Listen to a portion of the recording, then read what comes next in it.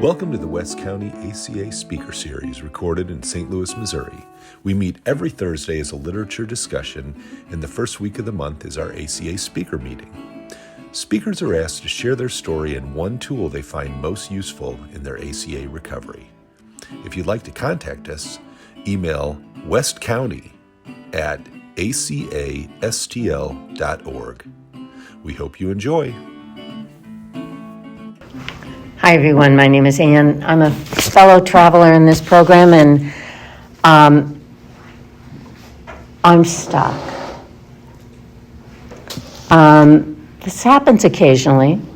I've been in 12-step programs for the past 46 years, and I get stuck every once in a while, and I'm in that place now. So this is, if you get anything out of it, it's okay. But I know I'm going to get something out of this because I don't know where I am. I'm going to find it out now. I'm kind of your garden variety ACA. I'm the second of six in my family of origin, and in that, things were, I thought everything was great. There was emotional neglect, there was abandonment, and there was, and that abandonment, and there was shame. I mean, and I have dyslexia, and I have, language disorder and things like that. So it's challenging to speak. It's challenging to pull everything together. And when I started college, I thought I was cognitively impaired, and found out I didn't think too many people that were cognitively impaired could go to college, and went on to get a couple of masters. So that's, you can compensate for the, that's what I did.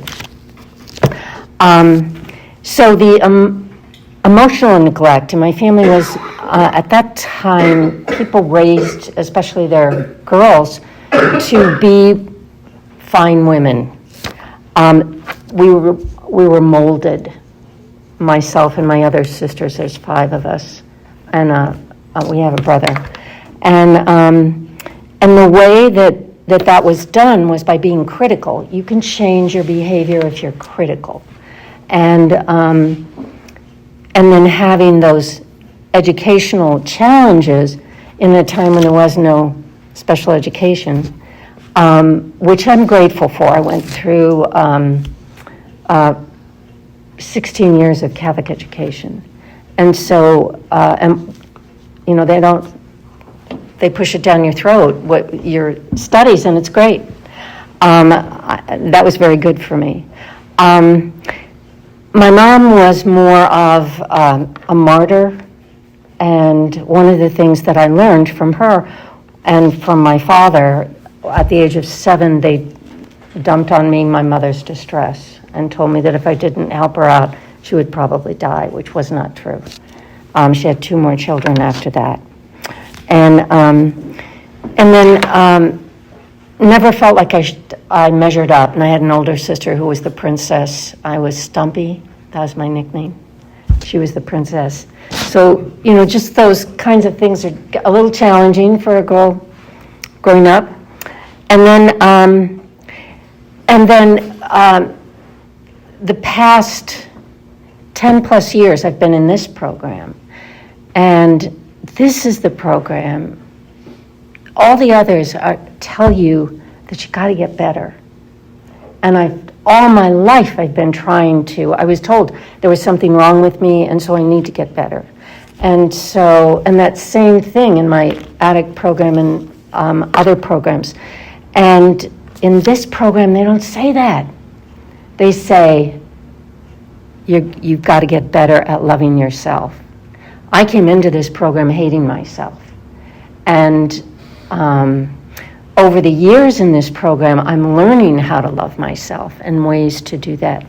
So I also have a very critical parent inside my head that reminds me that I don't measure up, that I make mistakes, that I should be perfect. And and that even if I want to go out and try something different, don't do it, because you're going to fail. So what I was able to do was simply by, and she was pretty nasty. I mean, she called me names and things like that, and when I would make mistakes. And what I was able to do was to stop that behavior just in a couple of weeks by saying, when a thought like that would come into my mind, like you jerk and you whatever else she would say, and I would say, stop, we don't talk that way. And that stopped, but she was clever. She found other ways. And it was very subtle. It would just be a memory of some time when I'd messed up in the past, and that would come in mind, and I go, there it is, it's there. And I wasn't thinking about how this was happening and what was happening. What happened was I was getting more and more distressed. I'm for the past 4 years, I've been in trauma therapy, and she's fabulous. The woman is fabulous. And it's really has helped me. So just to go back a little bit, so I've done this, I've gone through the steps. I've gone through 8 of the 14 traits, and I do this in small groups plus sometimes in a large setting. And then I'm now working through the Loving Parent Guidebook, which is absolutely fabulous. And right now I'm in the chapter, I think it's chapter 9, the reparenting check-in.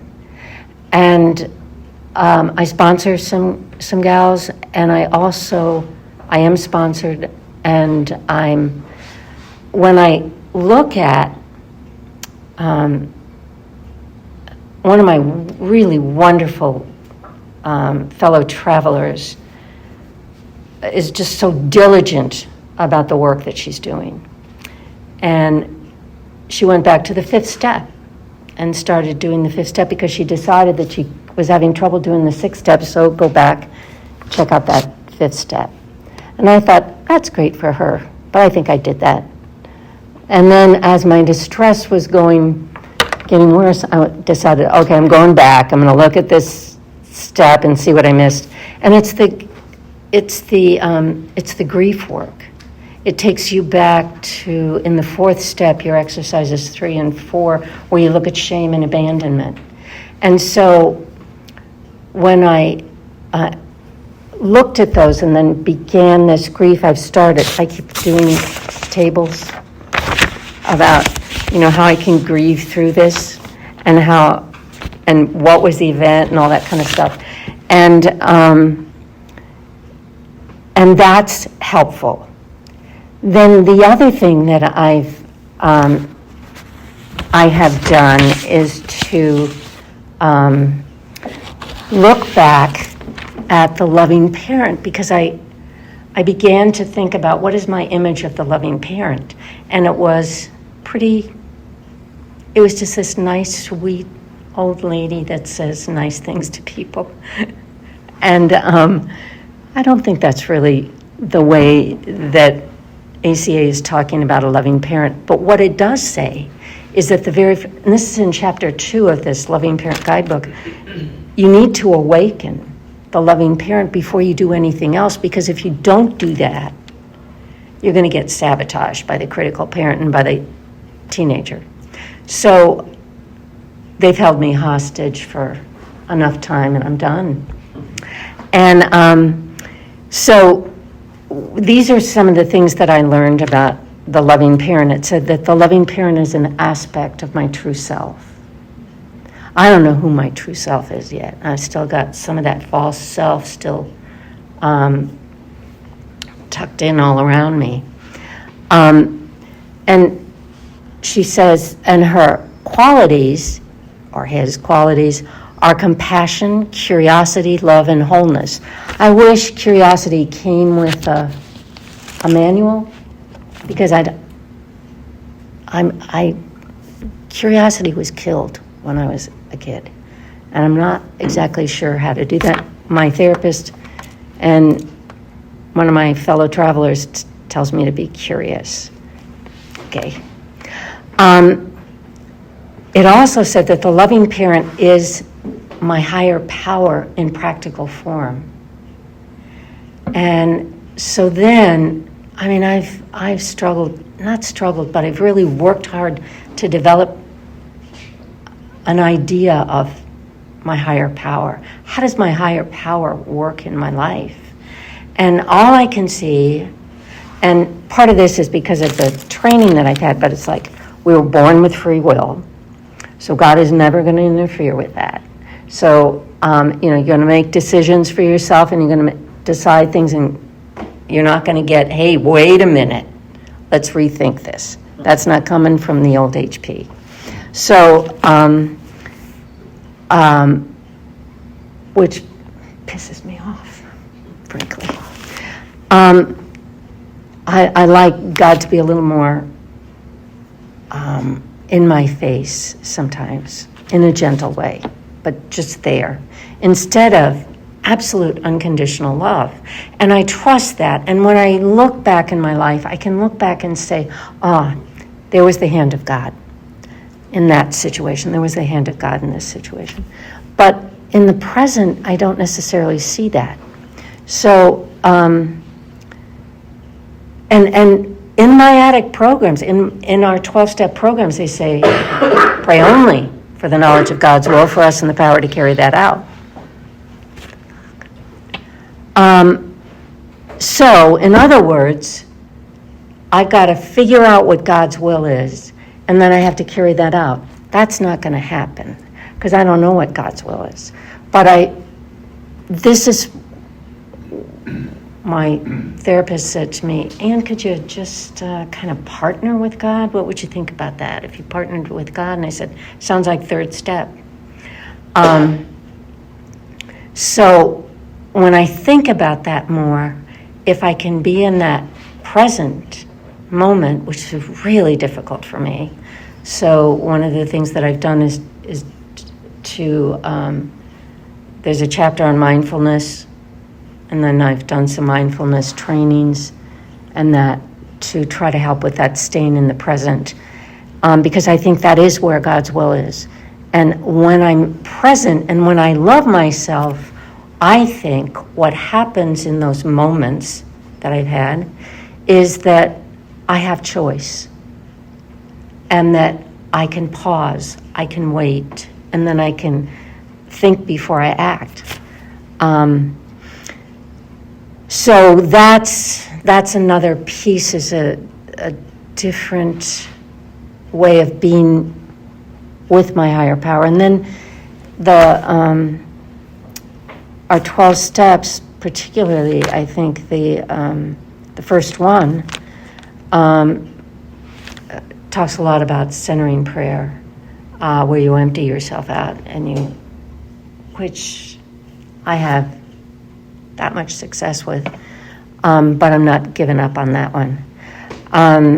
So I continue to do that, and if I have to think about my higher power, if I have to go back to a word, a sacred word, or whatever, I can do that 100 million times, and that means that's that many times that I go back to, hey, God, I'm here.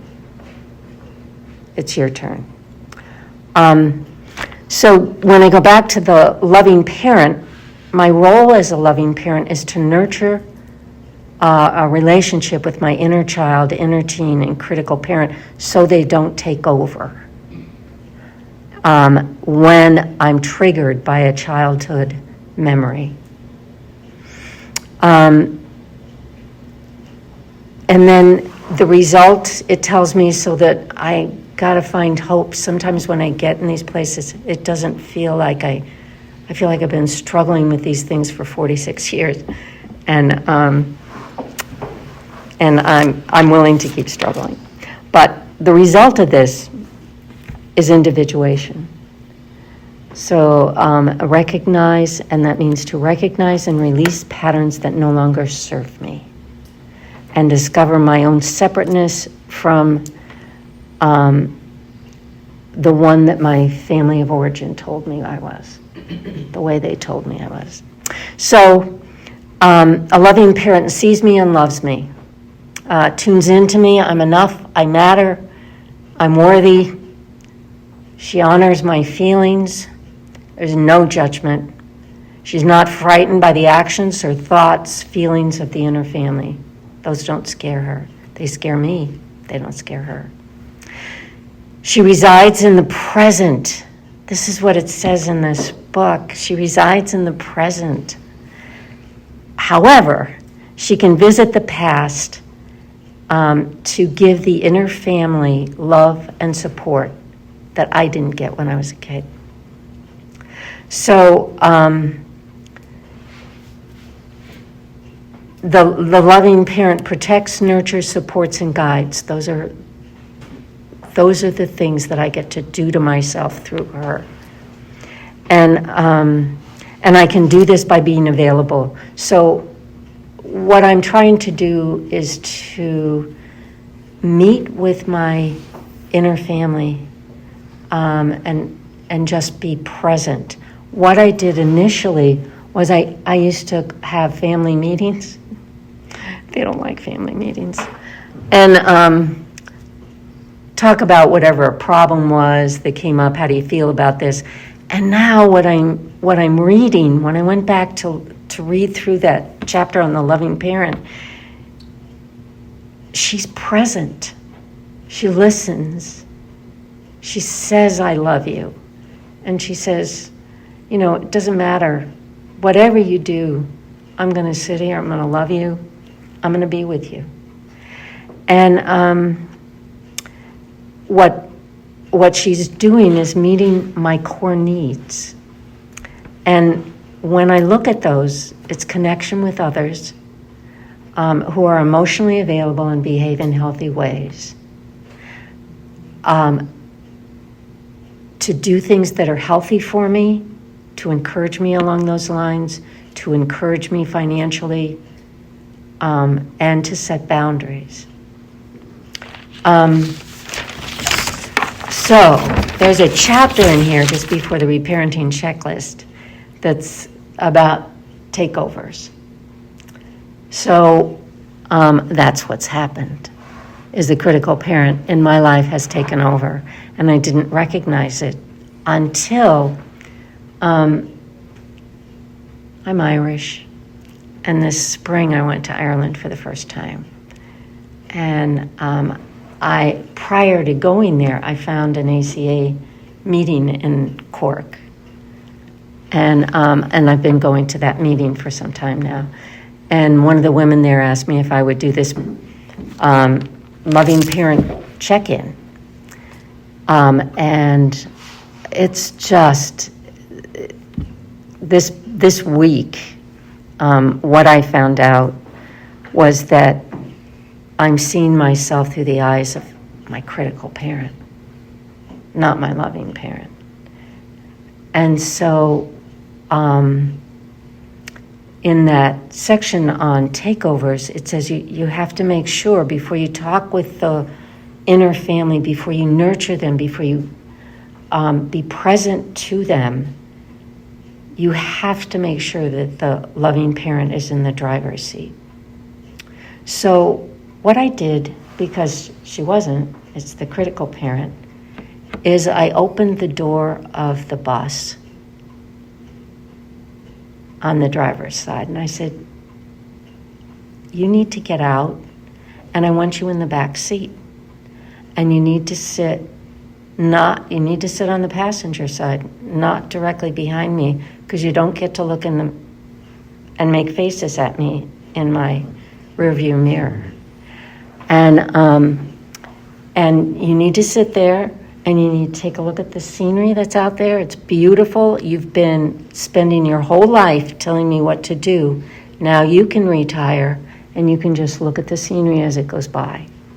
But you cannot talk to me and remind me that of the ways that I don't measure up.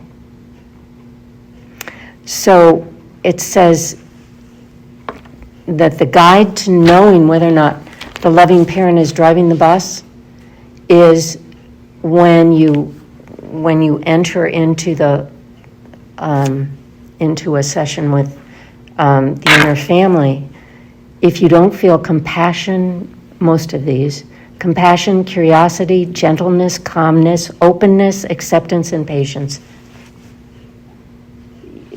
somebody else is in the driver's seat, and there's been a takeover. So on page, I didn't bring mine, I think, but on page 233, no, sorry. I missed it.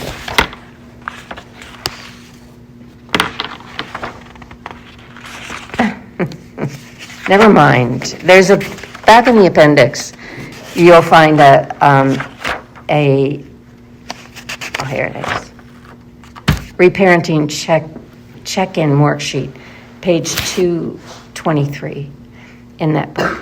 And so I was going through this with this gal in Cork, and we were Zooming, and first you ground yourself in physical sensations, and then you figure out who it is that's you think about an event, and for me it was all this distress and everything that was going on. And then you think about, is it the inner child, the inner teen, or you don't know who it is, and then you move into the third one is what activated this part of you, and it was, in my case, the critical parent, and you describe that, and then you get to tend, and it says, once you're feeling compassionate, curious, and connected towards a part of you that needs your loving parent's attention, how can you tend to them? Empathize with their feelings and needs, not the story or the distorted thinking. I couldn't do that part. And then when I went back and I was reading about the takeovers, that's going to sound good on tape, isn't it? It says that if you can't do this, then probably the critical parent is in charge. And that's when everything changed. And being able to tell my critical parent to take to retire and start looking at the scenery out there, because there's so much you've missed in your life. That started this movement into an adult loving parent instead of a childish loving parent that I had before. So I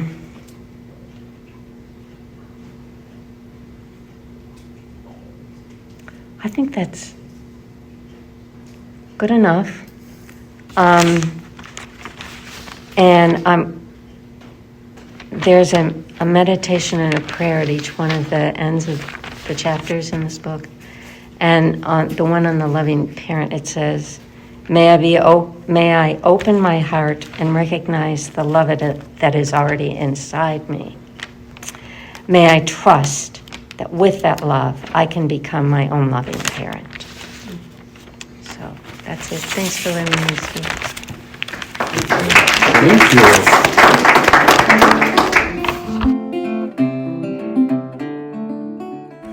Thanks for listening to our recording of the West County Speaker Series here in St. Louis, Missouri.